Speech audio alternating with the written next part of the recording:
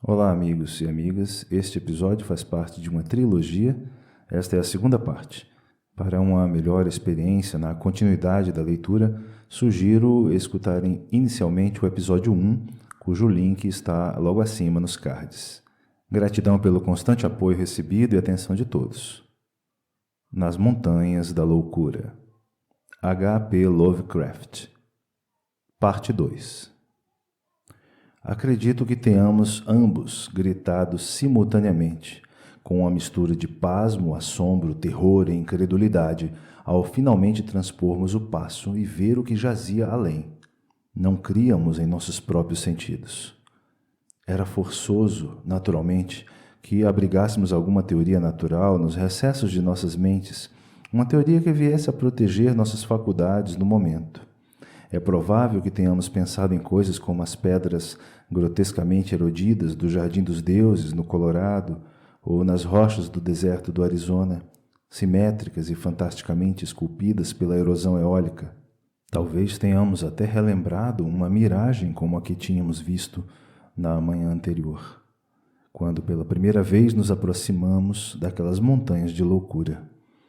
Era preciso termos algumas lembranças normais, como essas, a que recorrer enquanto nossos olhos corriam por aquele planalto ilimitado, e marcado de tempestades, e lobrigavam o labirinto quase interminável de massas pétreas, colossais, regulares e de geométrica euritmia, que arrojavam suas cristas carcomidas e desgastadas por sobre um lençol glacial que não teria mais de 12 ou 15 metros em seus pontos de maior espessura e que ocasionalmente era, obviamente, mais delgado. O efeito da visão monstruosa era indescritível, pois parecia fora de dúvida que em sua origem atuara alguma diabólica violação da lei natural. Ali, num altiplano infernalmente antigo, a nada menos de 6.000 metros de altitude, e num meio climático vedado à vida desde uma era pré-humana, há não menos de 500.000 anos, estenda-se, quase até o limite da visão, um entrelaçamento ordeiro de pedras que só o desespero da legítima defesa mental poderia deixar de imputar a uma causa consciente e artificial. Havíamos descartado anteriormente, para todos os efeitos de cogitação séria, qualquer teoria de que os cubos e muralhas das encostas não tivessem origem natural. Como seria de outra forma, se o próprio homem mal poderia ser diferenciado dos grandes macacos, à época em que aquela região sucumbira ao presente reino ininterrupto de morte glacial?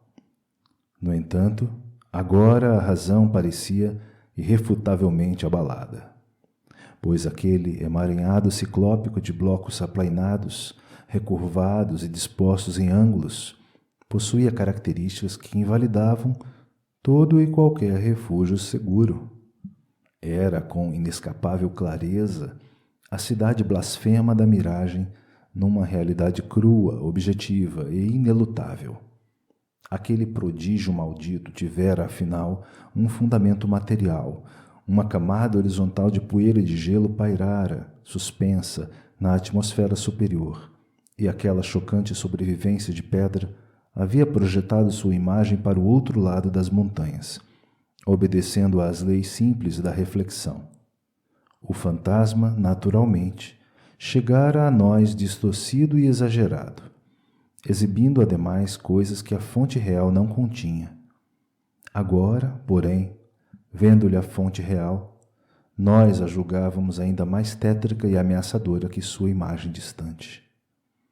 Somente a magnitude incrível e inumana daquelas vastas torres e muralhas de pedra havia salvo tal coisa absurda de completa aniquilação durante as centenas de milhares, talvez milhões, de anos em que ela havia estado ali, exposta aos vendavais de um planalto nu.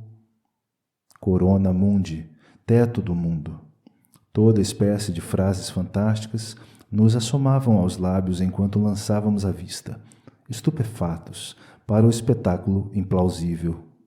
Pensei outra vez nos horrendos mitos primais que com tamanha persistência havia rondado minha mente, desde o primeiro instante em que ouvira aquele extinto mundo antártico, e também no demoníaco planalto de Leng, no Migo, o abominável homem das neves do Himalaia, nos manuscritos pinacóticos de pré-humanas implicações, com o culto de Cthulhu no Necronomicon, nas lendas hiperbóreas do informe Tsatogwa e nos seres cósmicos, pior que informes, associados a essa semi-entidade. Por quilômetros e quilômetros sem fim, em todas as direções a coisa se estendia com pouquíssimo esmorecimento, de fato seguindo-a com os olhos pela base dos baixos e graduais contrafortes, que a separavam da borda da cordilheira propriamente dita. Chegamos à conclusão de que não éramos capazes de perceber nenhum esmorecimento, exceção feita à interrupção à esquerda do passo pelo qual tínhamos chegado. Tínhamos tão somente alcançado ao acaso uma parte limitada de algo que possuía extensão incalculável. Os contrafortes eram pontilhados mais esparsamente com grotescas estruturas de pedra, que ligavam a cidade de terror aos cubos e muralhas já familiares e que, evidentemente, constituíam seus postos avançados nas montanhas. Estes últimos, assim como as estranhas bocas de cavernas, eram tão numerosos do lado posterior da cordilheira quanto do anterior. O absurdo labirinto de pedra consistia em sua maior parte em muralhas que variavam de 3 a 45 metros de altura e com espessura entre 2 a 5 metros. Compunha-se, sobretudo, de blocos descomunais de ardósia, xisto e arenito primordiais, blocos que, em muitos casos, chegavam a ter 1,5 por 2 por 4 metros, ainda que em vários lugares parecesse talhado numa camada sólida e desigual de ardósia pré-cambriana. Os edifícios não tinham de modo algum as mesmas dimensões, existindo inumeráveis arranjos que pareciam favos de mel de enorme extensão, assim como estruturas separadas menores. A forma geral dessas coisas tendia ao cônico, ao piramidal, ao escalonado. Contudo, não eram raros cilindros perfeitos, cubos exatos, aglomerados de cubos e outras formas retangulares, bem como um punhado de edifícios angulosos cuja planta, em 5 pontas, lembrava vagamente fortificações modernas. Os construtores haviam usado, com constância e correção, o princípio do arco, e provavelmente teriam existido cúpulas quando do apogeu da cidade. Todo aquele emaranhado acha-se monstruosamente erodido e a superfície glacial da qual as torres se projetavam estava coberta de blocos caídos e de escombros imemoriais.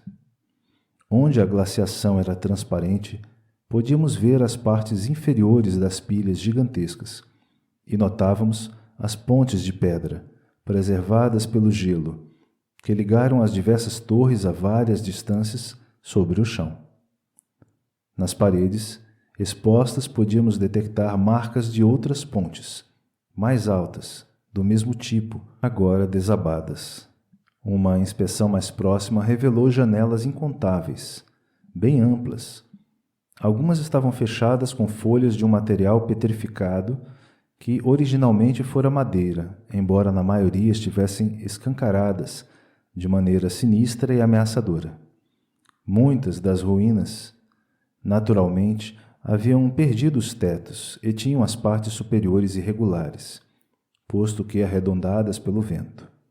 Outras, porém, de feitio mais acentuadamente cônico ou piramidal, ou protegidas por estruturas adjacentes mais altas, exibiam contornos intactos, a despeito do desgaste e da erosão onipresente. Usando o binóculo, quase podíamos distinguir o que parecia ser decorações escultóricas em faixas horizontais, e que incluíam aqueles curiosos agrupamentos de pontos cuja presença nas esteatitas antigas agora assumiam um significado muitíssimo vasto. Em muitos sítios, os edifícios eram uma ruína completa, e o lençol de gelo achava-se profundamente rasgado, por várias causas geológicas. Em outros lugares, a cantária encontrava-se desgastada até o nível da glaciação, Via-se um corte largo que se estendia ao interior do planalto até uma fissura nos contrafortes. A aproximadamente 2 quilômetros do passo que havíamos transposto, inteiramente destituído de construções. Representava provavelmente, concluímos, o leito de algum caudaloso rio que durante o terciário, milhões de anos antes, corria pela cidade e se arremessava em algum prodigioso abismo subterrâneo da grande cordilheira. Tratava-se, de certo, de uma região de cavernas, golfões e segredos subterrâneos vedados ao conhecimento humano.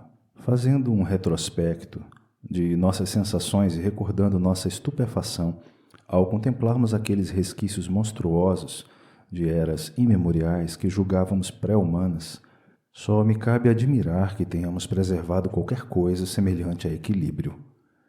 Sabíamos naturalmente que alguma coisa, a cronologia, a teoria científica ou nossa própria consciência, achava-se dolorosamente errada. No entanto, conservávamos estabilidade suficiente para controlar o avião, observar várias coisas minudentemente e tirar uma cuidadosa série de fotografias, que talvez ainda venham a servir bem tanto a nós quanto ao mundo. Em meu caso, estranhados hábitos científicos podem ter ajudado, pois, acima de tudo, o espanto e a sensação de ameaça que ali senti deram aso a uma intensa curiosidade no sentido de descobrir mais a respeito daquele segredo do passado. Saber que espécie de seres havia construído e habitado aquele lugar inestimavelmente gigantesco. Determinar qual relação poderia ter tido tal singular concentração de vida com o mundo geral de seu tempo ou de outros tempos. Isso porque aquele lugar não podia ser uma cidade comum. Devia ter constituído o núcleo e o centro primordiais de algum capítulo arcaico e inacreditável da história do mundo, cujas ramificações externas, só baçamente relembrado nos mais obscuros e distorcidos mitos, haviam se desvanecido inteiramente em meio ao caos de convulsões terráqueas, muito antes que qualquer raça humana que conhecemos houvesse ascendido um grau acima dos símios. O que se esparramava ali era uma megalópole, paleo-arcaica em comparação a qual sítios legendários como Atlântida e a Lemúria, Comorion e Usudarum, ou Olatu, na terra de Lomar, são coisas recentes, de hoje, nem mesmo de ontem. Uma megalópole parelha com blasfêmias pré-humanas, das quais só se fala em sussurros, como Valúzia, Relié, Ibe, da terra de Minar, e a cidade inominada da Arábia deserta.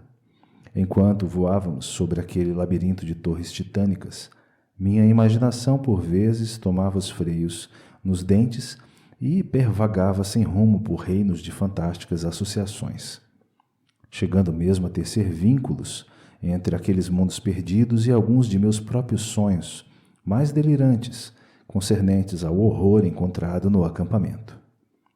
No interesse de decolarmos com menos peso, o tanque de combustível do avião tinha sido enchido só parcialmente. Daí termos de levar a cabo nossa exploração com cautela. Ainda assim, no entanto, cobrimos uma extensão de terreno, ou antes de ar, verdadeiramente desprezível. Parecia não haver limites para a cordilheira, ou para a extensão da hedionda cidade pétrea que perlongava seus contrafortes. 80 quilômetros em ambas as direções não revelaram qualquer modificação de monta no labirinto de rochas e cantária que se agarrava como um cadáver nos gelos eternos. Havia, não obstante, certas diversificações altamente interessantes. Assim eram, por exemplo, os entalhes no canhão pelo qual aquele rio caudaloso havia outrora despenhado pelos contrafortes e se escoado por seu sumidouro na grande cordilheira. Os promontórios nas entradas da corrente tinham sido esculpidos em escarpas, formando colunas ciclópicas, e havia alguma coisa nos desenhos rugosos e em forma de barril que incitava, em Darfort e em mim, vagas, odiosas e confusas associações. Demos também com diversos espaços abertos, em forma de estrela, evidentemente praças públicas, e notamos várias ondulações no terreno, onde se elevava um monte íngreme. Este geralmente se apresentava oco, formando alguma espécie de edificação escarrapachada. Havia, porém, pelo menos 2 exceções. Dentre elas, uma estava demasiado carcomida para se saber o que existira na crista saliente, ao passo que a outra ainda exibia um fantástico monumento cônico, esculpido na rocha viva, e que semelhava grosseiramente coisas como o conhecido túmulo da cobra, no antigo vale de Petra. Saindo das montanhas em direção ao interior do continente, podemos constatar que a cidade não era de largura infinita, muito embora sua extensão, ao longo dos contrafortes, parecesse infindável. Depois de aproximadamente 50 quilômetros, os grotescos edifícios de pedra começavam a rarear. E com mais 15 quilômetros chegamos a um ermo ininterrupto e praticamente sem sinais de artifícios conscientes. Além da cidade, o curso do rio parecia marcado por uma linha larga e deprimida, ao passo que o terreno adquiria um caráter acidentado, um tanto mais acentuado, dando mostras de tornar-se um pouco mais elevado à medida que se estendia rumo ao oeste brumoso. Até então, não havíamos feito nenhum pouso. No entanto, abandonar o planalto sem sequer uma tentativa de examinar de perto algumas daquelas estruturas monstruosas teria sido inconcebível. Por conseguinte, decidimos encontrar uma área plana nos contrafortes, próxima à nossa garganta navegável, para ali aterrissarmos e nos prepararmos para uma breve exploração a pé. Embora essas suaves encostas estivessem em parte cobertas por escombros voando a baixa altitude, logo descobrimos vários pontos onde seria possível pousar, escolhendo o mais próximo ao desfiladeiro, uma vez que depois teríamos de alçar voo para transpor a cordilheira e voltar ao acampamento. Por volta das 12h30, logramos aterrissar numa área plana e de neve endurecida, totalmente destituída de obstáculos e bem adaptada a uma posterior decolagem. Não nos pareceu necessário proteger o avião com uma barragem de neve, por tempo tão curto, e visto que não havia ventos fortes. Assim, verificamos apenas se os patins de pouso estavam escorados com segurança e se as partes vitais do motor achavam-se protegidas contra o frio. Para nossa jornada a pé, deixamos no avião os agasalhos de pele mais pesados e levamos conosco pouca coisa. Uma bússola de bolso, a câmara manual, provisões leves, uma boa quantidade de blocos de anotações e de papel, martelo e cinzel de geólogo, bolsas de coleta de amostras, um rolo de corda de alpinismo e possantes lanternas elétricas com pilhas extras. Tal equipamento fora trazido no avião na expectativa de que pudéssemos efetuar um pouso, tirar fotografias no chão, fazer desenhos e esboços topográficos, assim como coletar amostras de rochas em alguma encosta nua, afloramento ou caverna na montanha. Por sorte, tínhamos um suprimento extra de papel que podíamos rasgar, colocar numa bolsa sobressalente e utilizar para assinalar nosso percurso em qualquer labirinto em que pudéssemos entrar. Esse suprimento de papel tinha sido trazido para o caso de localizarmos algum sistema de cavernas em que o ar estivesse suficientemente calmo para permitir esse método rápido e fácil de marcar caminho, ao invés do método usual de gravar marcas em rochas. Descendo cuidadosamente a encosta pela neve incrustada em direção ao estupendo labirinto de pedra que se agigantava contra o opalescente céu ocidental, éramos empolgados por uma sensação de prodígios iminentes, quase tão intensa quanto a que havíamos sentido ao nos aproximarmos do inexplorado passo das montanhas, 4 horas antes. Na verdade, por força de ver aquelas edificações, já estávamos familiarizados com o incrível segredo oculto pelos picos. No entanto, a perspectiva de verdadeiramente penetrar naquela cidade, edificada por seres conscientes havia talvez milhões de anos, antes que qualquer raça conhecida de homens pudesse ter existido, era aterradora por suas implicações de anormalidade cósmica. Embora a rarefação do ar, naquela atitude assombrosa, tornasse a movimentação mais difícil que de costume, tanto Danforth quanto eu sentíamos-nos muito bem à altura de quase qualquer tarefa que se nos deparasse. Foi preciso apenas alguns passos para nos levar a uma ruína informe, arrasada ao nível da neve, ao passo que cerca de 50 ou 70 metros adiante havia uma muralha imensa, sem teto, ainda intacta em seu delineamento gigantesco de 5 pontas, e que se erguia a uma altura irregular de pouco mais de 3 metros em média. Caminhamos em sua direção, e quando por fim pudemos tocar-lhe os desgastados blocos ciclópicos, sentimos havermos estabelecido uma ligação sem precedentes e quase blasfema com eras esquecidas, normalmente vedados à nossa espécie. Esse baluarte em forma de estrela e com aproximadamente 90 metros de ponta a ponta, fora construído com blocos de arenito jurássico de dimensões irregulares, média 1,80 por 2,50 metros. Havia uma fileira de seteiras ou janelas com cerca de 1,2 metros de altura e 1,5 metros de altura, espacejadas com grande simetria ao longo das pontas da estrela e em seus ângulos interiores, e com a parte inferior a cerca de 1,2 metros da superfície de gelo. Olhando por essas aberturas, podemos ver que a parede não teria menos de 1,5 metros de espessura, que no interior não subsistiam quaisquer divisões e que restavam vestígios de entalhes ou baixos relevos em frisas nas paredes interiores, fatos que, na realidade, já tínhamos quase percebido anteriormente, ao passarmos em baixa altitude por aquela bastida e outras semelhantes. Ainda que originariamente devessem existir partes mais baixas, todos os traços delas estavam agora inteiramente escondidas pela profunda camada de gelo e de neve daquele local.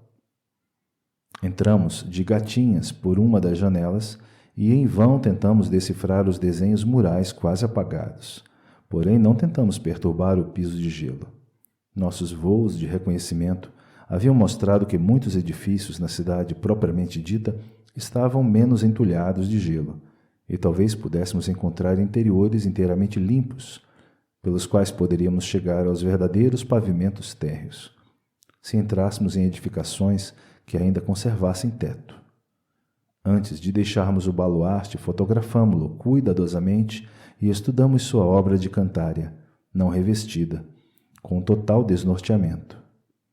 Manifestamos desejo de que Peabody estivesse conosco, pois seus conhecimentos de engenharia poderiam ter nos ajudado a imaginar como aqueles blocos titânicos tinham sido manejados na época inacreditavelmente remota em que a cidade e suas cercâneas haviam sido edificadas.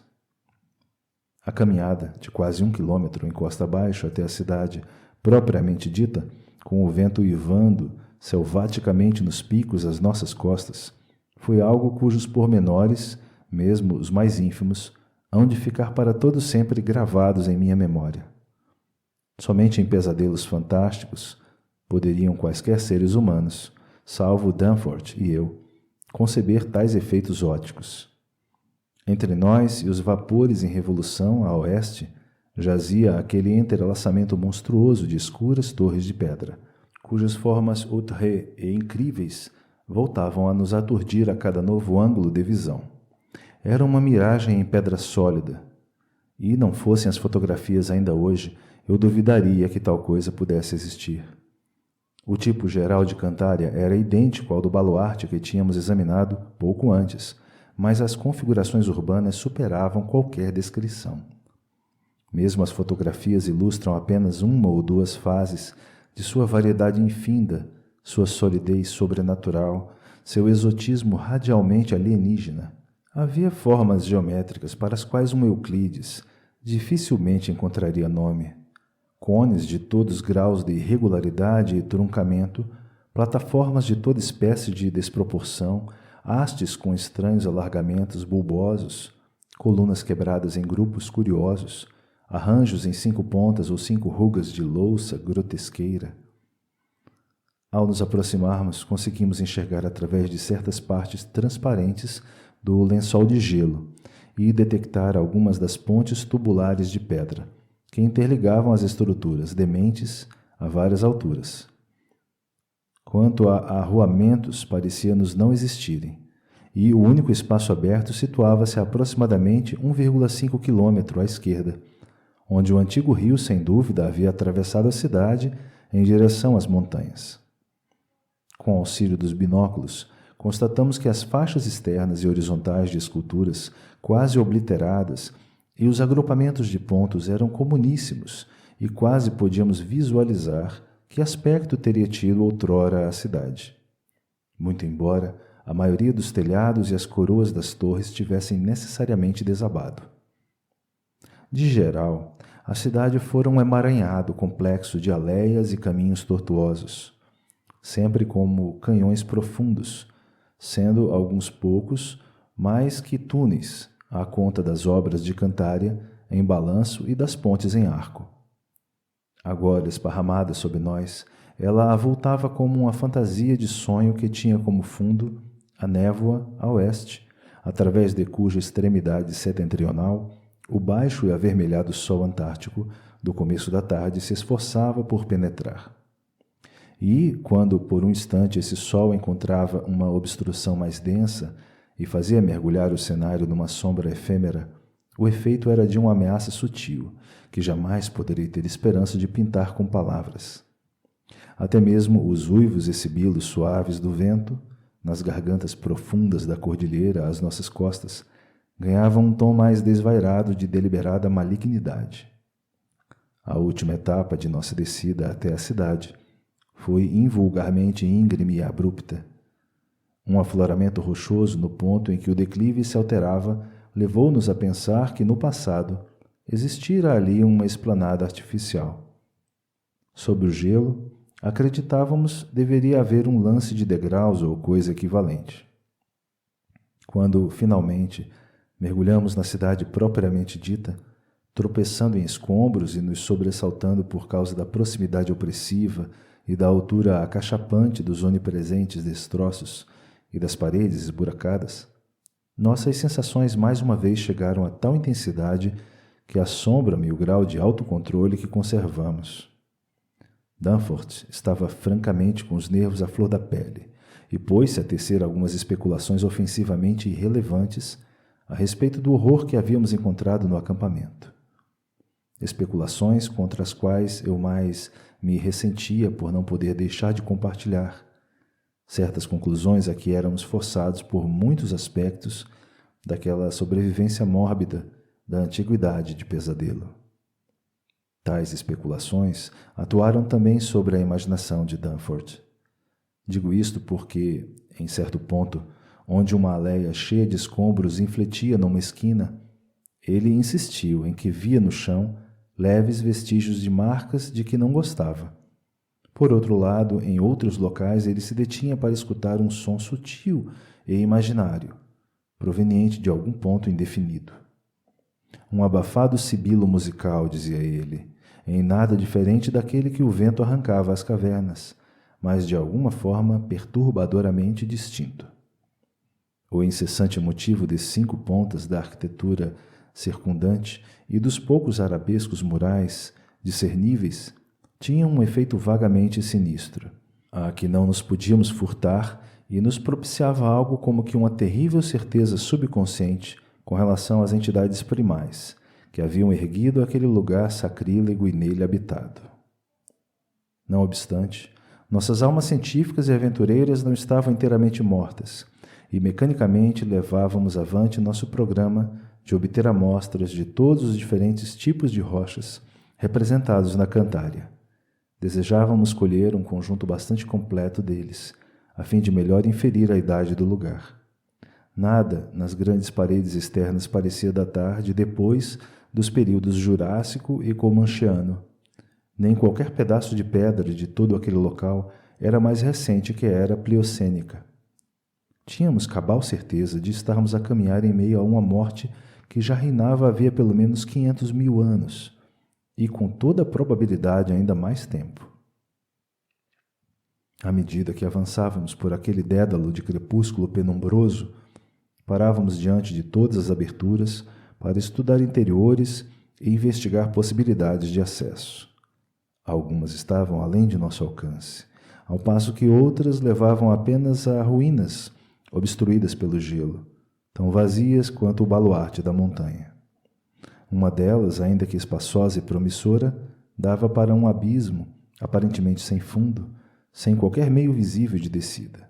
Vez por outra, tínhamos oportunidade de estudar a madeira petrificada de um postigo ainda meio intacto, e impressionava-nos a fabulosa antiguidade implícita nas fibras ainda perceptíveis. Aquelas janelas tinham vindo de gimnospermas e coníferas mesozoicas, principalmente cidadáceas cretáceas, e de palmáceas e angiospermas antigos de clara origem terciária. Nada categoricamente posterior ao Plioceno podia ser visto. Aqueles postigos, cujas arestas revelavam a presença antiga de dobradiças estranhas e desde muito desaparecidas, haviam sido instalados das maneiras mais variadas. Alguns ficavam do lado externo, outros do lado interno dos largos vãos. Pareciam ter ficado presos em seus lugares, sobrevivendo assim à oxidação de suas dobras antigas, provavelmente metálicas. Após algum tempo, chegamos diante de uma fileira de janelas. Nas saliências de um colossal cone de 5 cantos, com ápice intacto, que conduziam a um salão vasto e bem conservado com piso de pedra. No entanto, eram altas demais para que descêssemos sem ajuda de corda. Tínhamos efetivamente um rolo de corda conosco, mas não queríamos ter o trabalho de realizar aquela descida de 6 metros, a menos que fôssemos obrigados a tal, principalmente naquela atmosfera rarefeita, onde o músculo cardíaco era forçado a grande trabalho.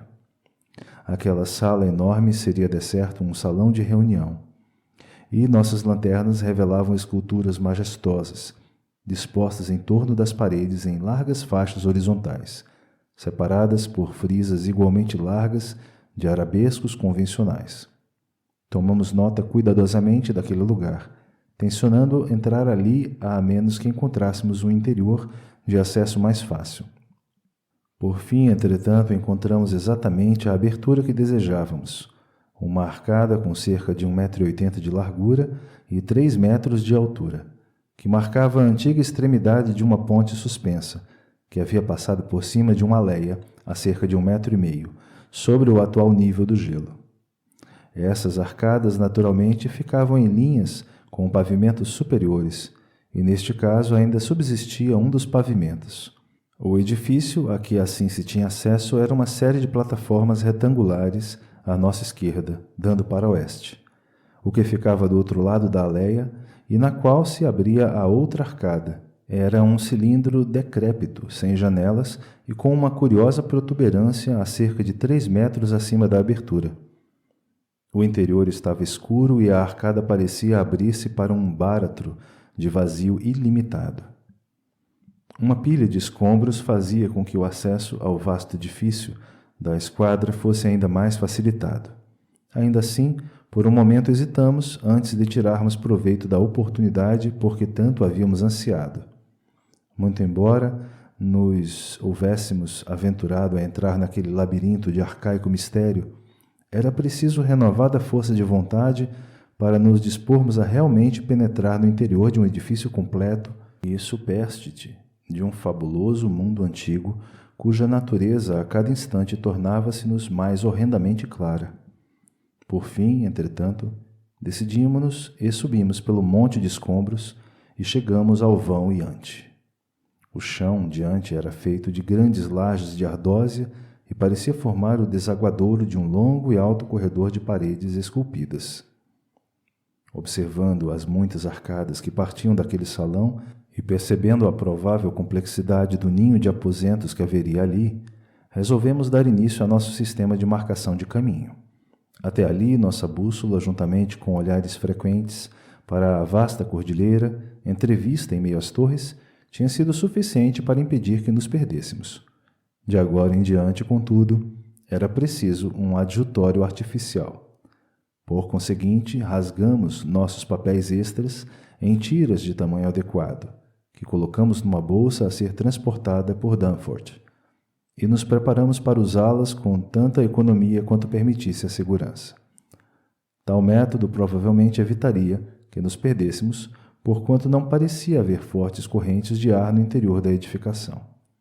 No caso de soprarem ventos, ou se nosso suprimento de papel chegasse ao fim, podíamos naturalmente recorrer ao método mais seguro, ainda que mais trabalhoso e lento, de tirar lascas da Cantária. Era impossível conjecturar, sem tentativa real, qual a extensão do território que havíamos aberto. As frequentes conexões entre os diferentes edifícios tornava provável que passássemos de um para o outro por pontes sob gelo, exceto se isso fosse impedido por desabamentos locais e desastres geológicos, uma vez que parecia haver no interior das construções pouquíssima formação glacial. Quase todas as áreas de gelo transparente haviam mostrado que as janelas soterradas estavam fortemente fechadas, como se a cidade tivesse permanecido naquele estado uniforme até ter se criado o lençol glacial que viria cristalizar-se a parte inferior da urbe para todo sempre. Com efeito, tinha-se a curiosa impressão de que o lugar fora voluntariamente fechado e evacuado em alguma era vaga e antiga, ao invés de sacudido por qualquer calamidade súbita ou mesmo por uma gradual decadência. Porventura, o advento do gelo fora previsto e uma população desconhecida abandonara em massa o lugar para buscar um abrigo menos condenado. As precisas condições fisiográficas que cercaram a formação do lençol glacial, naquele ponto, teriam de esperar solução posterior. Não havia ocorrido com toda certeza uma hecatombe repentina. Talvez a pressão de neves acumuladas tivesse sido seu causador, ou quem sabe uma cheia do rio ou o estouro de alguma antiga represa glacial na cordilheira houvessem contribuído para criar a situação especial que agora se observava. A imaginação era capaz de conceber quase tudo com aquele lugar. Seria enfadonho um relato minucioso e consecutivo de nossas deambulações no interior daquele favo cavernoso e arcaico de Cantária Primal, aquela cova monstruosa de segredos antigos onde agora, pela primeira vez, depois de milênios sem conta, ecoavam passos humanos. E sobretudo porque grande parte da angústia e da revelação hediondas provieram de um mero estudo das onipresentes entalhaduras murais. As fotografias que tiramos dessas obras de talhas à luz de lanternas em muito corroborarão a verdade do que estamos agora desvelando. E é lamentável que não tivéssemos conosco maior quantidade de filme. Depois que todos os nossos filmes foram consumidos, passamos a fazer grosseiros esboços de certos elementos mais destacados. O edifício em que entramos era de grande dimensão e apuro, proporcionando-nos uma ideia sugestiva da arquitetura daquele nefando passado geológico. As divisões internas eram menos imponentes que as paredes externas, mas nos pavimentos inferiores estavam preservadas com perfeição. Uma complexidade labiríntica, envolvendo diferenças de nível entre os pisos de curiosa irregularidade, caracterizava a planta. E, de certo, nos teríamos perdido de imediato, não fosse a trilha de papéis rasgados que íamos deixando. Decidimos explorar, antes de mais nada, as decrépitas partes superiores, pelo que subimos por aquele dédalo, percorrendo uma distância de aproximadamente 30 metros, até o ponto em que a camada mais alta de câmaras se abria, nervosa e ruinosamente, para o céu polar. A ascensão se fez pelas rampas ou planos inclinados de pedra íngremes e raiadas transversalmente, que por toda parte faziam as vezes de escadas. Os cômodos que encontramos eram de todas as formas e proporções imagináveis, variando de estrelas de 5 pontas a triângulos e cubos perfeitos. Poderíamos asseverar com certa segurança que as dimensões médias de tais cômodos eram em geral de 9 metros de lado com cerca de 6 metros de altura, embora existissem muitos aposentos maiores. Após examinarmos com todo rigor as áreas superiores e o nível glacial, descemos, andar por andar, para a parte soterrada. Ali vimos, com efeito, que estávamos num contínuo labirinto de câmaras interligadas e de passagens, as quais provavelmente levavam a áreas ilimitadas, fora daquele edifício específico. A imponência e o gigantismo ciclópico de tudo quanto nos rodeava tornaram-se curiosamente opressivos. E havia algo como que uma inumanidade vaga, mais profunda em todos os contornos, dimensões, decorações e nuances daquela arquitetura blasfemamente arcaica. Logo percebemos, pelo que os entalhes revelavam, que aquela cidade monstruosa tinha milhões de anos. Não sabemos ainda explicar os princípios de engenharia empregados no balanceamento e no ajuste anômalos das vastas massas rochosas, embora fosse claro o constante recurso ao princípio do arco. Os cômodos que visitamos achavam-se inteiramente despidos de qualquer coisa como mobília ou pertences móveis, uma circunstância que reforçou nossa convicção de que a cidade tinha sido abandonada deliberadamente. O principal elemento decorativo era o sistema quase universal de esculturas murais, que tendiam a correr em contínuas faixas horizontais, de quase 1 metro de largura, dispostas do piso ao teto e em alternância, com faixas de igual largura de arabescos geométricos. Havia exceções a essa regra, porém sua predominância era esmagadora. Com frequência, todavia, uma série de cártulas lisas, com grupos de pontos em configurações singulares, era embutida numa das faixas de arabescos. A técnica, logo verificamos, era amadurecida, requintada, e evoluíra do ponto de vista estético ao mais alto grau de apuro civilizado, embora permanecesse de todo estranha em qualquer pormenor a qualquer tradição artística conhecida da raça humana. Em delicadeza de lavor, nenhuma escultura que eu já tenha visto poderia fazer-lhe sombra. Os mais insignificantes detalhes de uma flora rica ou da vida animal eram traduzidos com atordoante vivacidade, a despeito da escala majestosa das entalhaduras. De outra parte, os desenhos convencionais eram primores de esmerado entrelaçamento. Os arabescos faziam uso sapiente de princípios matemáticos e compunham-se de curvas e ângulos obscuramente simétricos, de base 5. As faixas pictóricas seguiam uma tradição altamente formalizada e envolviam um tratamento peculiar da perspectiva, mas possuíam uma força artística que nos causava emoção profunda, não obstante o abismo interveniente de imensos períodos geológicos. O método construtivo baseava-se numa singular justaposição da seção transversal com a silhueta bidimensional e incorporava uma psicologia analítica mais avançada que a de todas as raças conhecidas da antiguidade. Será inútil tentar comparar essa arte com qualquer uma das representadas em nossos museus. Quem examinar nossas fotografias provavelmente há de encontrar analogias com certas concepções grotescas dos mais extremados futuristas. O risco dos arabescos consistia sempre em linhas deprimidas, cuja profundidade em paredes intactas variava de 2 a 4 dedos, quando surgiam cártulas com agrupamentos de pontos, evidentemente inscrições numa língua e num alfabeto primordiais e desconhecidos. A depressão na superfície lisa teria talvez 3 dedos de fundo. A dos pontos, talvez 1 dedo mais. As faixas pictóricas eram em alto relevo, ficando o fundo deprimido cerca de 5 centímetros em relação à superfície da parede.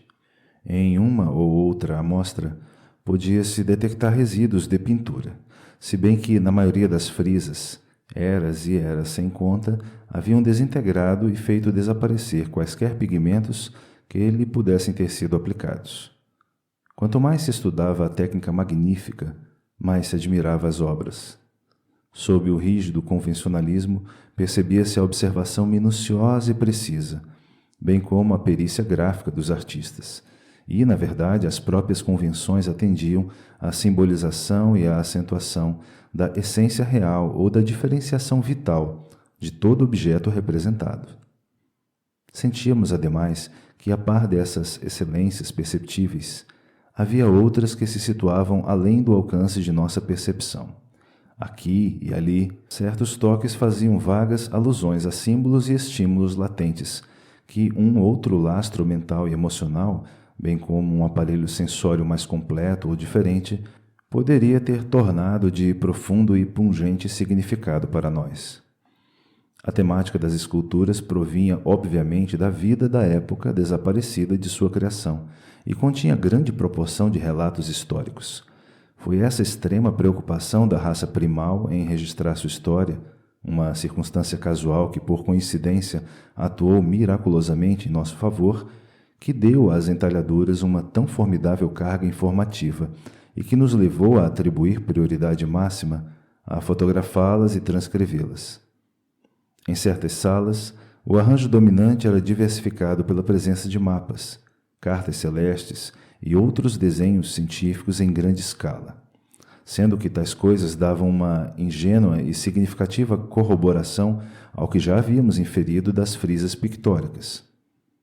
Ao me referir por alto ao que o todo revelava, só me resta esperar que minha narrativa não venha a suscitar, por parte dos que creem em mim, uma curiosidade maior do que a justificada pela sã cautela. Seria trágico que alguém fosse atraído àquele reino de morte e horror pela própria advertência destinada a desencorajar novas visitas. Essas paredes esculpidas eram interrompidas por janelas altas e imponentes portais, de quase 4 metros, que vez por outra retinham as bandeiras de madeira petrificada elaboradamente entalhadas. Todas as ferragens metálicas haviam desaparecido desde muito, mas algumas portas permaneciam no lugar e tinham de ser abertas à força, enquanto progredíamos de câmara em câmara. Caixilhos de janelas com curiosas vidraças transparentes, na maioria elípticas, subsistiam aqui e ali, ainda que em quantidade pouco considerável. Havia ainda, com frequência, nichos de alentadas dimensões, em geral vazios, mas ocasionalmente exibindo algum objeto fantástico, esculpido em esteatita verde. Tais objetos ou estavam quebrados, ou haviam sido considerados demasiado inferiores para serem removidos. Outras aberturas estavam indubitavelmente ligadas a desaparecidas instalações mecânicas, para aquecimento, iluminação ou quejandos, de uma natureza indicada em vários dos entalhes. Os tetos em geral eram planos, mas às vezes tinham sido decorados com esteatita verde ou outros tipos de azulejos, agora quase todos soltos. Os pisos eram também revestidos com tais azulejos, posto que predominassem pedras lisas. Como já ficou dito, todo o mobiliário e outros pertences haviam sido removidos. No entanto, as esculturas davam ideia clara dos objetos estranhos que outrora haviam guarnecido aqueles aposentos tumulares e ressonantes.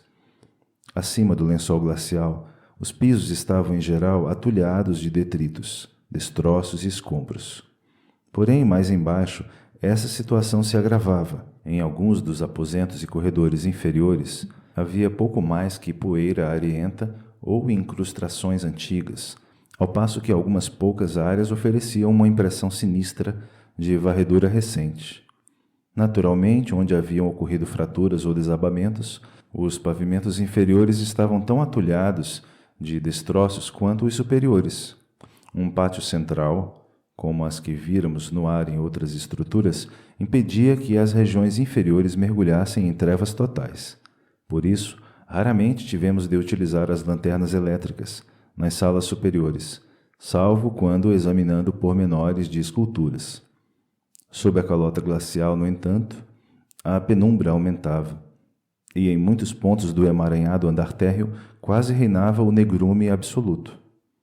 Para que se forme uma ideia, ao menos rudimentar, de nossos pensamentos e sensações, enquanto invadíamos aquele dédalo silencioso de cantária inumana, é mister correlacionar um caos inapelavelmente atordoante de humores, lembranças e impressões fugitivas. Bastavam a estupefaciente antiguidade e a desolação letal do lugar para esmagar quase qualquer pessoa sensível, mas a esses elementos somavam-se o recente e inexplicado horror que se nos deparara no acampamento, assim como as revelações logo impostas pelas portentosas esculturas murais que nos cercavam. No momento em que nos vimos diante de um trecho intacto do alto relevo, que não permitia qualquer ambiguidade de interpretação, foi bastante um exame breve para que nos inteirássemos da hedionda verdade. Uma verdade que só com ingenuidade Danforth e eu poderíamos alegar não havermos suspeitado, independentemente antes, muito embora tivéssemos tomado todo cuidado para nem sequer aludir a ela. Daquele momento em diante, já não podíamos nutrir qualquer dúvida clemente quanto à natureza dos seres que haviam edificado e habitado aquela tétrica cidade. Morta havia milhões de anos, quando os ancestrais do homem eram primitivos mamíferos arcaicos e enormes dinossauros vagueavam pelas estepes tropicais da Europa e da Ásia. Havíamos até então nos apegado a uma alternativa desesperada e insistido, cada qual consigo mesmo, que a onipresença do motivo de 5 pontas representava tão somente alguma exaltação cultural ou religiosa do momento natural arqueano, que tão patentemente incorporava a ideia das 5 pontas. Na mesma forma como os motivos decorativos da Creta minoana exaltavam o touro sagrado, os do Egito, o escaravelho, os de Roma, o lobo e a águia, e os de várias tribos selvagens algum animal totêmico.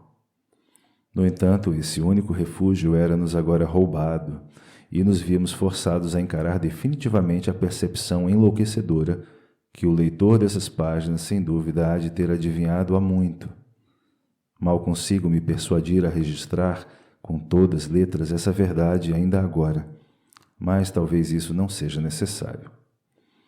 Os seres que haviam habitado aquela arquitetura assustadora ao tempo dos dinossauros não eram com efeito dinossauros, mas algo muito pior. Os dinossauros eram criaturas novas e quase destituídas de cérebro, mas os construtores da cidade eram sábios e antigos e haviam deixado certos sinais em rochas, já então assentadas havia perto de 1 bilhão de anos, rochas assentadas antes que a verdadeira vida na Terra tivesse avançado além do estágio de grupos plásticos de células. Rochas assentadas antes que a verdadeira vida na Terra sequer existisse, em qualquer forma.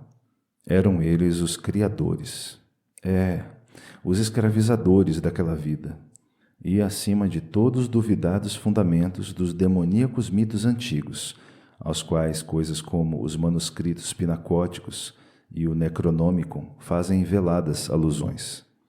Eram os antigos, que haviam descido das estrelas quando a Terra era jovem. Os seres cuja substância uma evolução desnaturada moldara e cujos poderes não haviam sido gerados neste planeta. E pensar que ainda na véspera, Danforth e eu havíamos verdadeiramente contemplado fragmentos de sua substância milenariamente fossilizada e que o pobre Lake e seu grupo haviam visto seus contornos completos. É-me impossível, naturalmente, relatar na ordem adequada os estádios mediante os quais concatenamos aquilo que sabemos daquele monstruoso capítulo da vida pré-humana. Passado o choque inicial da revelação inescapável, tivemos de fazer uma pausa para nos recompormos e já eram 3 da tarde quando começamos o programa de pesquisa sistemática. As esculturas do edifício em que entramos datavam de uma época relativamente tardia, talvez 2 milhões de anos passados, segundo indicavam características geológicas, biológicas e astronômicas, e representavam uma arte que poderia ser dita decadente em comparação à dos exemplos que encontramos em edifícios mais antigos, depois de atravessarmos pontes sob o lençol glacial. Um desses edifícios, talhado na rocha, parecia remontar a 40 ou possivelmente até 50 milhões de anos, ao Eoceno inferior ou ao Cretáceo superior, e continha altos relevos de uma maestria inigualada por qualquer outra, com uma única exceção que tenhamos encontrado. Aquela era, concordamos mais tarde, o mais antigo exemplo de arquitetura habitacional por que passamos. Não fora a corroboração daquelas fotografias que logo serão divulgadas, eu me absteria de dizer o que encontrei e inferi, para não ser confinado como demente.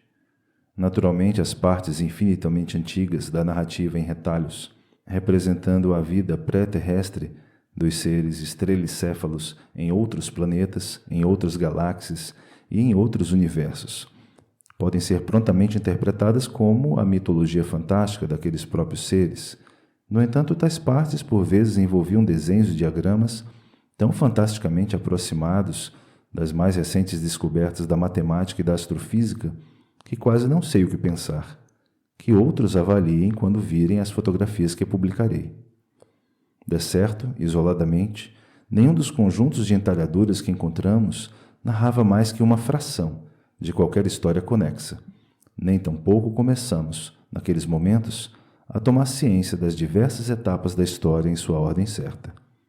Algumas daquelas salas colossais constituíam unidades independentes, no que se referia à sua decoração, ao passo que, em outros casos, uma crônica contínua se desenrolava por uma série de câmaras e corredores. Os melhores mapas e diagramas situavam-se nas paredes de um abismo horripilante que ficava abaixo até mesmo do antigo nível do solo. Uma caverna com talvez 60 metros de lado e 18 metros de altura, e que quase indubitavelmente fora alguma espécie de centro educacional. Havia muitas repetições exasperantes do mesmo material em salas e edifícios diferentes, dado que certos capítulos da experiência e certos sumários ou fases da história rássica evidentemente tinham gozado do favor de diferentes decoradores ou moradores. Às vezes, no entanto, variantes do mesmo tema mostravam-se úteis para dirimir dúvidas e preencher lacunas. Admira-me ainda que tenhamos deduzido tanto no pouco tempo à nossa disposição. Naturalmente, mesmo agora, só conhecemos os delineamentos mais gerais, e grande parte deles foi obtido posteriormente pelo estudo das fotografias e esboços que fizemos. É possível que a causa imediata do atual colapso de Danforth tenha sido esses estudos posteriores, o reviver de memórias e vagas impressões que se somou à sensibilidade geral do moço e àquele vislumbre final de horror indizível, cuja essência ele não revelava sequer a mim. Contudo, assim tinha de ser, porquanto não poderíamos lançar nossa admoestação de maneira eficaz sem as informações mais plenas possíveis.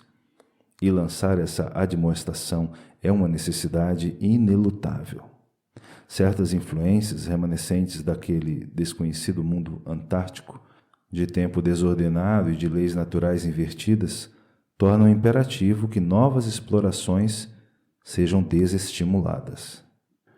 A história completa, tal como decifrada até o presente, aparecerá mais adiante num boletim oficial da Universidade Miskatonic. Limitar-me-ei aqui a esboçar somente os aspectos mais notáveis de modo informe e divagante. Mito ou não, as esculturas falavam do advento daqueles seres, estrelicéfalos, caídos do espaço cósmico à Terra nascente e sem vida, o advento deles e de muitas outras entidades alienígenas que, em certas épocas, empenham-se em explorações espaciais. Pareciam capazes de transpor o éter interestelar com suas vastas asas membranosas, confirmando assim, singularmente, alguns curiosos relatos folclóricos que há muito tempo me foram contados por um colega, dado a antigualhas.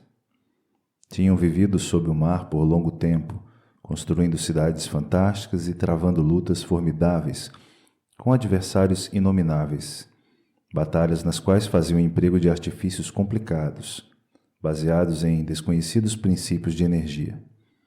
Evidentemente, o conhecimento científico e mecânico de que dispunham ultrapassava de longe o do homem moderno, muito embora só recorressem às suas formas mais difundidas e elaboradas quando obrigados a tanto.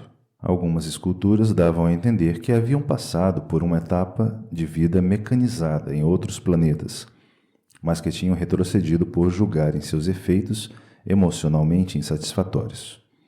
A dureza sobrenatural de seus corpos e a simplicidade de suas necessidades naturais tornavam-nos peculiarmente aptos a levarem uma vida de excelente qualidade sem os frutos mais especializados da manufatura artificial, e até mesmo sem vestuário, salvo para proteção ocasional contra os elementos.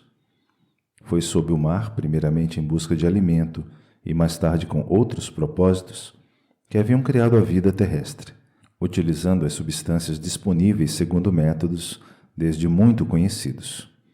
As experiências mais elaboradas sucederam-se ao aniquilamento de vários inimigos cósmicos.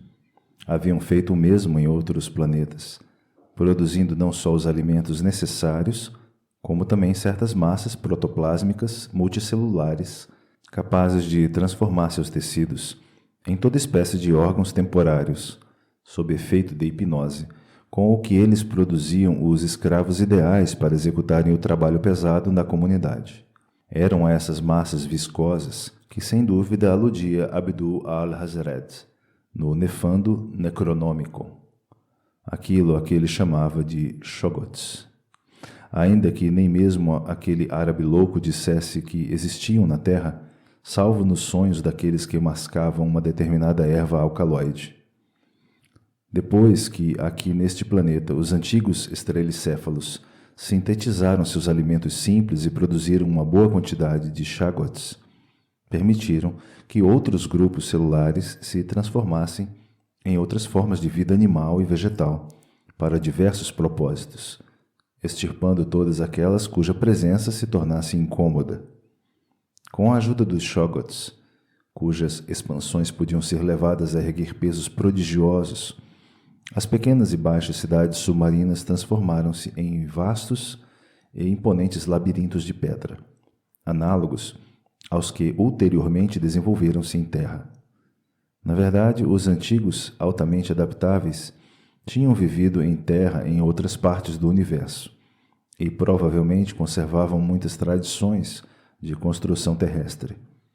Enquanto estudávamos a arquitetura de todas aquelas arcaicas cidades esculpidas, inclusive daquela cujos corredores imemoriais percorríamos naquele momento, impressionava-nos uma curiosa coincidência que ainda não tentamos explicar nem a nós próprios.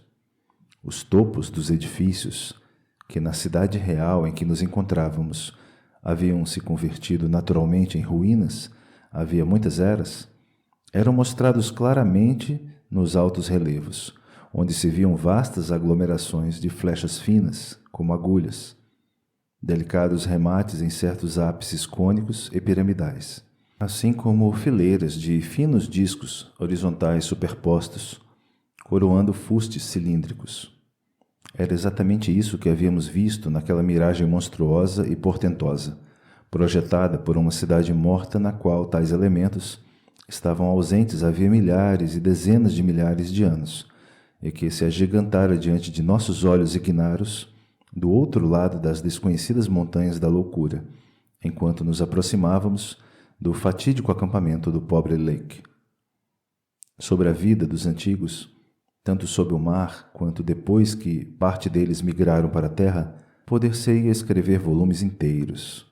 Os que habitavam águas rasas haviam mantido o uso pleno dos olhos, nas extremidades de seus 5 principais tentáculos cefálicos, e haviam praticado as artes da escultura e da escrita de maneira bastante convencional, sendo a escrita realizada com um estilo sobre superfícies de cera à prova d'água. Os que viviam nas regiões pelágicas, ainda que utilizassem um curioso organismo fosforescente para fornecer luz, logravam visão por intermédio de obscuros sentidos especiais, que atuavam através dos cílios prismáticos nas cabeças. Sentidos esses que, em emergências, tornavam todos os antigos em parte independentes de luz. As formas de escultura e escrita haviam se modificado curiosamente com a descida, incorporando certos processos de revestimento aparentemente químicos, sem dúvida para garantir a fosforescência, que os altos relevos não elucidavam para nós. Os seres moviam-se no mar, em parte nadando, com a ajuda dos braços crinoides laterais, e em parte contorcendo-se com a fileira inferior de tentáculos, que continham os pseudópodos. Por vezes logravam saltos bem longos, fazendo uso de 2 ou mais conjuntos auxiliares de asas dobráveis. Em terra, usavam os pseudópodos, mas ocasionalmente voavam a grandes altitudes, ou cobriam enormes distâncias com as asas.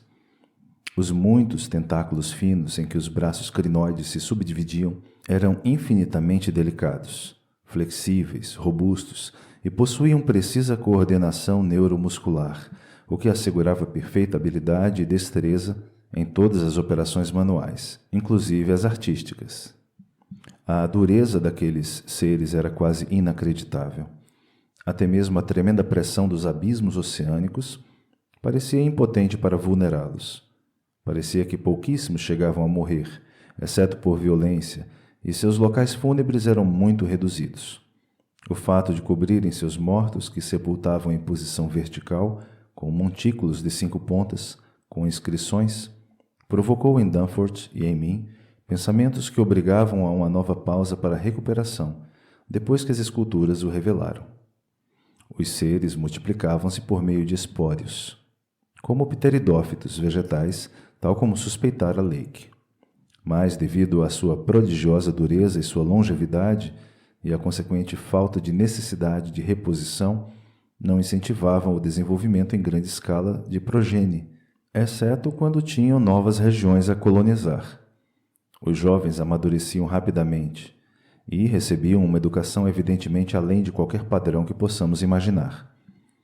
A vida intelectual e estética era altamente desenvolvida, tendo produzido um conjunto extremamente duradouro de costumes e instituições que descreverei com mais vagar na monografia que está para sair.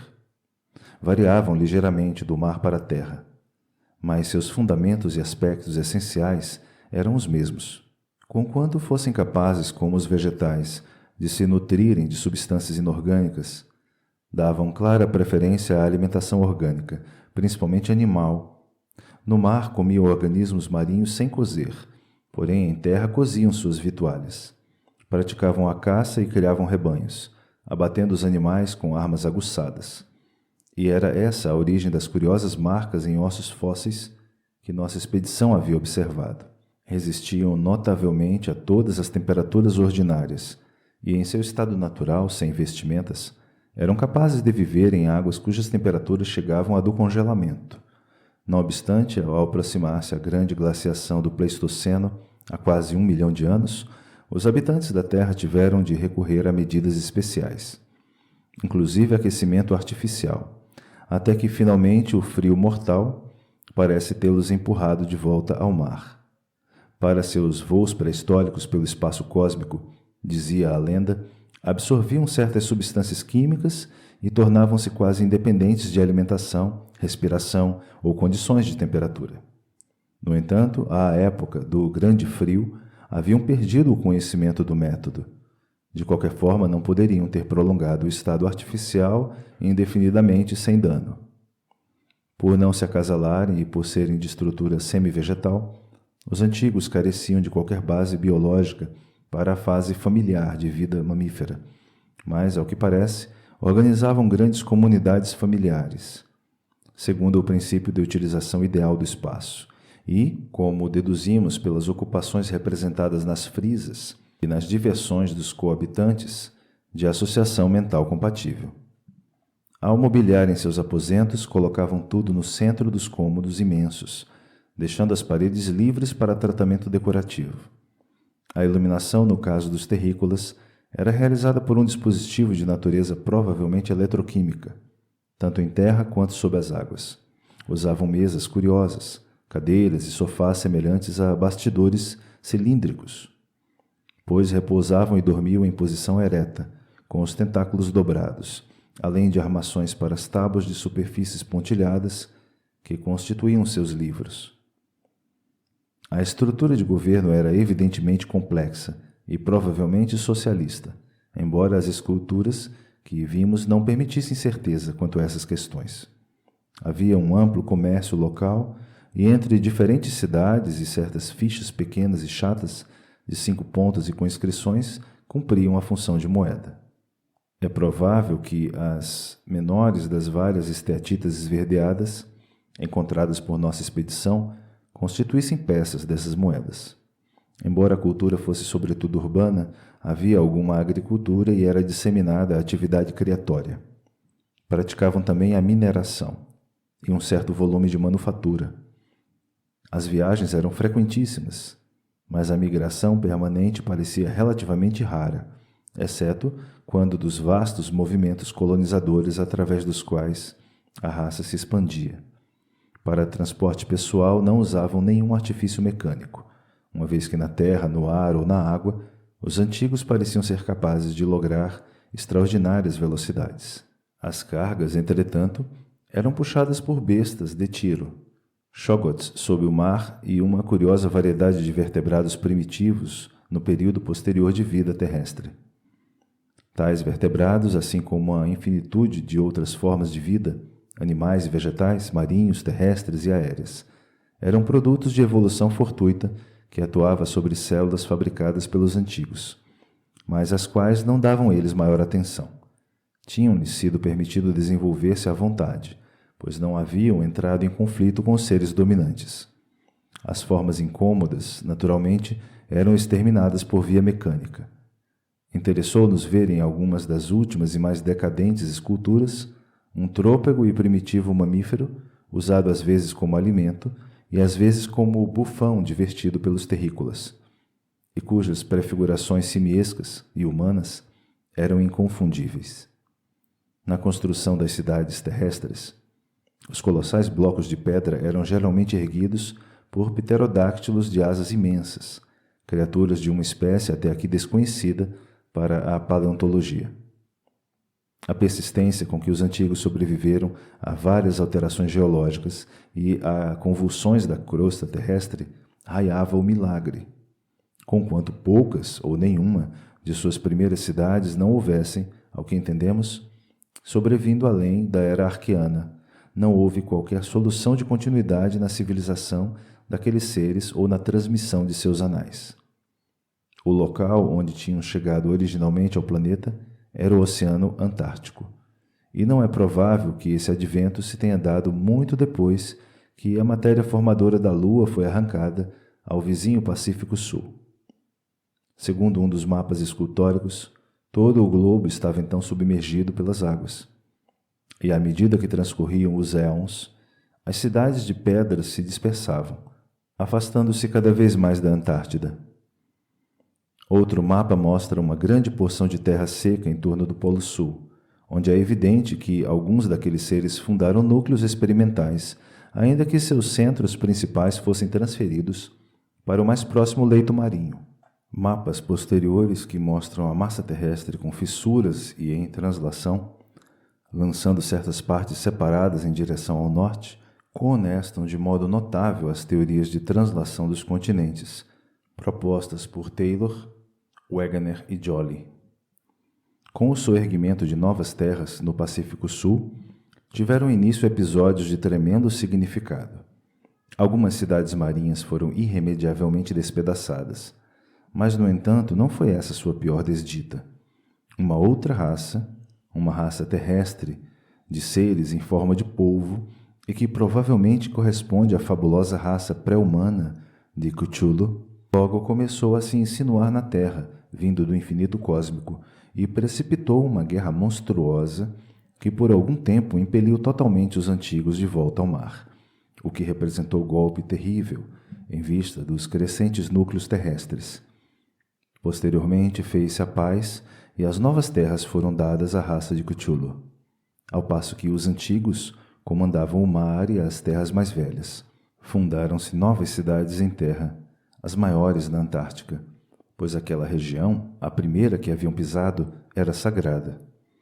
A partir de então, tal como antes, a Antártida permaneceu como centro da civilização dos antigos, e todas as cidades ali erigidas pela geração de Cthulhu foram aniquiladas.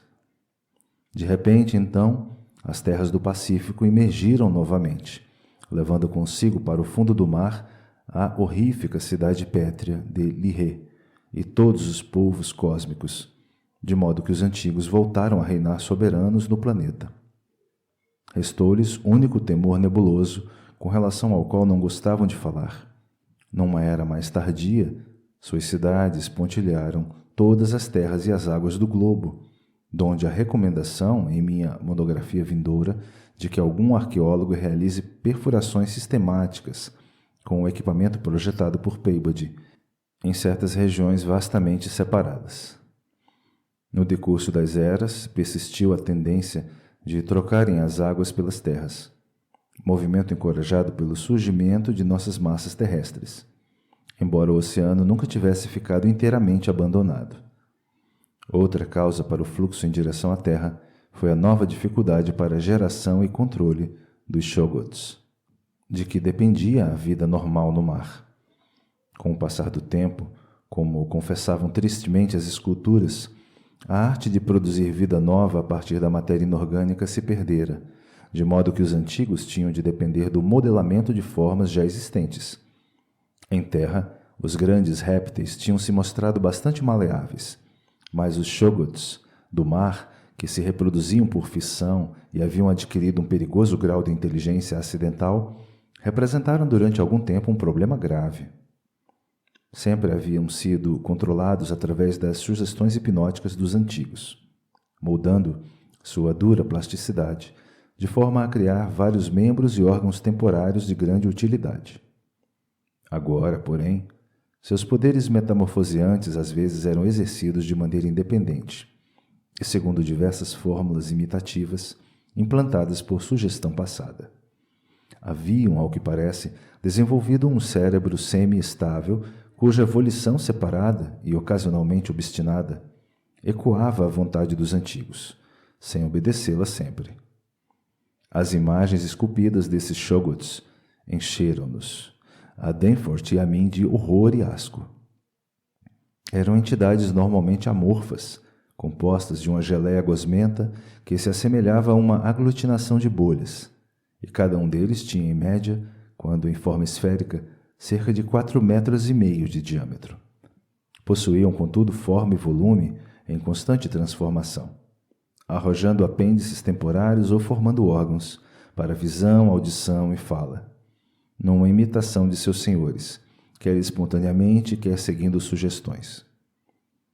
Parecem ter se tornado peculiarmente intratáveis por volta de meados da era permiana, há talvez 150 milhões de anos, quando uma verdadeira guerra lhes foi movida pelos antigos marinhos, com o fito de novamente subjugá-los. As imagens dessa guerra, bem como das vítimas dos shoggoths, caracteristicamente decapitavam-nas e deixavam seus corpos recobertos de limo. Revelavam uma qualidade maravilhosamente alarmante, a despeito do abismo interveniente de eras sem conta. Os antigos empregavam contra as entidades rebeladas curiosas armas de desagregação molecular e atômica, e por fim haviam logrado um triunfo cabal. A partir de então, as esculturas mostravam um período em que os shoggoths foram amansados e dominados por antigos armados, tal como os cavalos selvagens do oeste americano eram amansados por cowboys. Ainda que durante a revolta os shoggoths houvessem demonstrado capacidade de viverem fora da água, essa transição não foi estimulada, uma vez que sua utilidade em terra dificilmente compensaria a dificuldade de controlá-los. Durante a Era Jurássica, os antigos haviam enfrentado uma nova adversidade, na forma de uma outra invasão do espaço galáctico, dessa vez de criaturas semifundosas, semicrustáceas, sem dúvida as mesmas que figuravam em certas lendas do norte, contadas aos sussurros e retidas na região do Himalaia, como os Mi-Go, ou abomináveis homens das neves. Para combater esses seres, os antigos tentaram pela primeira vez desde sua chegada à Terra retornar ao éter planetário. No entanto, apesar de todos os preparativos preliminares, verificaram que já não lhes era possível deixar a atmosfera terrena. Qualquer que fosse o antigo segredo da viagem interestelar, a raça havia perdido inteiramente. Por fim, os Mi-Go expulsaram os antigos de todas as terras setentrionais, embora fossem impotentes para perturbar os que habitavam o mar. Pouco a pouco, começava o lento recuo da raça para seu original habitat antártico. Foi curioso observar nas cenas de batalha que tanto a progênie de Cthulhu quanto os Mi-Go parecem ter se constituído de uma matéria bem mais diferente do que conhecemos, do que a substância que compunha os antigos. Eram capazes de passar por transformações e reintegrações impossíveis para seus adversários, pelo que parecem ter provindo de báratros ainda mais remotos do espaço cósmico. Apesar de sua dureza anormal e das peculiares propriedades vitais, os antigos eram rigorosamente materiais, e sua origem primeira deveria situar-se no contínuo conhecido de espaço-tempo, ao passo que as fontes primordiais dos outros seres só podem ser objeto de conjecturas, com o fôlego suspenso. Tudo isso, naturalmente, supondo-se que os predicados não terrestres e as anomalias atribuídas aos inimigos invasores não sejam pura mitologia. É concebível que os antigos inventassem todo um referenciamento cósmico para explicarem suas derrotas ocasionais, uma vez que o interesse histórico, com o orgulho, constituíam obviamente o principal elemento psicológico da raça. É significativo que suas crônicas deixassem de fazer menção a muitas raças avançadas e poderosas, cujas culturas requintadas e cujas cidades majestosas figuram persistentemente em certas lendas obscuras. A transformação do planeta no decorrer de longas eras geológicas aparecia com notável vivacidade em muitos dos mapas e cenas esculpidos. Em alguns casos, a ciência corrente terá de passar por uma revisão, ao passo que, em outros, suas audazes conclusões estão magnificamente confirmadas. Como já observei, a hipótese de Taylor, Wegener e Tolley de que todos os continentes são fragmentos de uma original massa terrestre antártica, fendida pela força centrífuga, após o que as várias porções deslizaram sobre uma superfície inferior tecnicamente viscosa, uma hipótese sugerida, entre outras coisas, pelos contornos complementares da África e da América do Sul e pela maneira como as grandes cadeias de montanhas se apresentam com fortes dobramentos, recebe notável apoio dessa fonte fantástica. Mapas que representavam patentemente o mundo do Carbonífero há 100 milhões de anos ou mais exibiam acentuadas fissuras e fossas destinadas a mais tarde separar a África dos reinos outrora contínuos da Europa, então a Valúzia das lendas remotas, Ásia, Américas e Antártida. Outras cartas, e sobretudo uma relacionada com a fundação há 50 milhões de anos da vasta cidade morta que nos rodeava, mostravam todos os atuais continentes bem diferenciados, e no mais recente que pudemos analisar, que dataria da era Pliocênica, via-se com toda clareza o mundo quase em seu estado atual, apesar da ligação do Alasca com a Sibéria, da América do Norte com a Europa, através da Groenlândia, e da América do Sul com o continente antártico, através da terra de Graham. No mapa do Carbonífero, todo o globo, tanto os leitos oceânicos quanto as massas terrestres, mostravam símbolos das vastas cidades de pedra dos antigos. Nas cartas posteriores, entretanto, a recessão gradual em direção à Antártica tornava-se manifesta. O mapa final do Plioceno não mostrava quaisquer cidades terrestres, salvo no continente antártico e na extremidade da América do Sul, nem quaisquer cidades oceânicas ao norte do paralelo 50 de latitude sul. O interesse pelo mundo setentrional, excetuado um estudo das linhas de costa realizado provavelmente durante longos voos de exploração, utilizando aquelas asas membranosas, havia evidentemente caído a zero entre os antigos. A destruição das cidades causada pelo sublevamento orográfico, pelo despedaçamento centrífugo dos continentes, pelas convulsões sísmicas na terra e no leito marinho e por outras causas naturais, era objeto de constante registro. E era curioso observar como as reposições se faziam cada vez mais raras com a passagem das eras. A vasta megalópole morta, que se esparramava em torno de nós, parecia ser o último centro geral da raça, tendo sido construída no princípio do Cretáceo, depois que uma titânica deformação terrestre obliterou uma predecessora ainda mais vasta, não muito distante. Era de crer que aquela região geral fosse, dentre todos, o local mais sagrado, onde os primeiros antigos se teriam instalado no leito de um mar primevo. Na nova cidade, muitos aspectos da qual podíamos reconhecer nas esculturas, mas que se espraiava por nada menos de 160 quilômetros junto da cordilheira, em ambas as direções, estendendo-se além dos limites mais distantes de nosso levantamento aéreo, eram conservadas, ao que constava, certas pedras sagradas, que tinham feito parte da primeira cidade marinha, e que emergiu à luz do dia, passadas longas épocas, no curso do desmoronamento geral das camadas geológicas. Continua no próximo e último episódio.